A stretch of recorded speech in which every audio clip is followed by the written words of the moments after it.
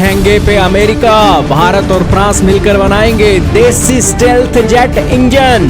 America से tariff war के बीच भारत का बड़ा कदम। जी हां दोस्तों, अमेरिका के भारी भरकम टैरिफ भारत और अमेरिका के रिश्तों को खराब कर चुके हैं। इसीलिए भारत ने अमेरिका को अब ठेंगे पर रख दिया है। यही कारण है कि दोस्तों अब लड़ाकू जहाजों के इंजन बनाने के लिए भारत अमेरिका के ऊपर किसी भी तरीके से भरोसा नहीं करने वाला है, क्योंकि ये अमेरिका ऐसा जालिम है कि ये कभी भी आपके इंजनों को लेकर कह सकता है कि भैया हम आपके इंजन नहीं बनाएंगे। अब तो ट्रंप आ गया है। ट्रंप के आने के बाद तो दोस्तों अमेरिका के ऊपर भरोसा एक सेकंड का भी नहीं रहा है।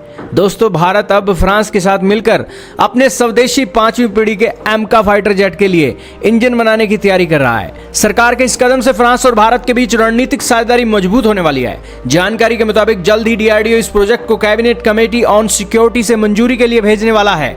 और टाइम्स ऑफ इंडिया की रिपोर्ट के अनुसार बताया गया है कि फ्रांस की कंपनी साफ्रॉन इस समझौते के तहत 100% टेक्नोलॉजी ट्रांसफर का एक हस्तांतरण करेगी। भारत और फ्रांस की कंपनी मिलकर भारत में ही 120 किलो न्यूटन के थ्रस्ट वाले इंजन को बनाएंगे।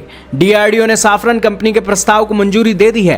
कंपनी ने पहले भी भारत में हेलीकॉप्टर के इंजन बनाए हुए हैं। डीआरडीओ का कहना है कि साफ्रॉन कंपनी 5वीं पीढ़ी के लड़ाकू विमान एमका के लिए एक अच्छा ऑप्शन हो सकती है।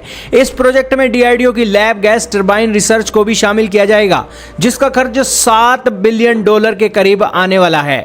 यह जानकारी दोस्तों भारत के रक्षा मंत्री ने दी जब इन्होंने इस प्रोजेक्ट को मंजूरी दे दी। उन्होंने कहा कि भारत के लिए जरूरी है कि घर में ही 5वीं पीढ़ी के लड़ाकू विमान इंजन बनाए जाएं। उन्होंने कहा कि भारत ने फाइटर जेट इंजन के निर्माण की दिशा में एक महत्वपूर्ण कदम उठाया है।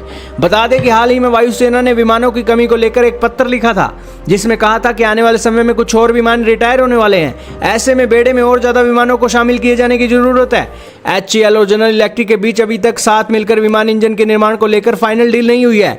इसके लिए $1.5 बिलियन में 80% तकनीक का ट्रांसफर होना है। अधिकारियों का कहना है कि साफ्रॉन के साथ जो प्रोजेक्ट शुरू होगा इसमें भारत के साथ इंटेलेक्चुअल प्रॉपर्टी का पूरा स्वामित्व और लाइसेंसिंग कंट्रोल भी होगा।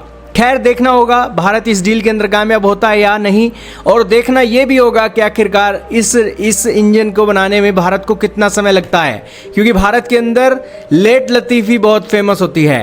क्या कहेंगे दोस्तों, कमेंट सेक्शन में बताइएगा।